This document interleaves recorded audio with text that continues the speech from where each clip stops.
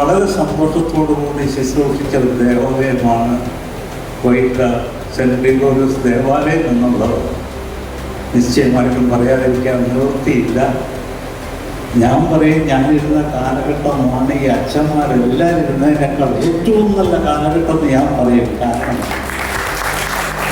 എല്ലാവർക്കും അവരെ കുറിച്ച് നല്ല അഭിപ്രായമൊക്കെ ഉള്ളൂ. അതുകൊണ്ട് ഞാൻ പറഞ്ഞു മാത്രം. ജൂബിലികൾ ഓർമ്മയല്ല, ഓർമ്മപ്പെടുത്തലുകൾ.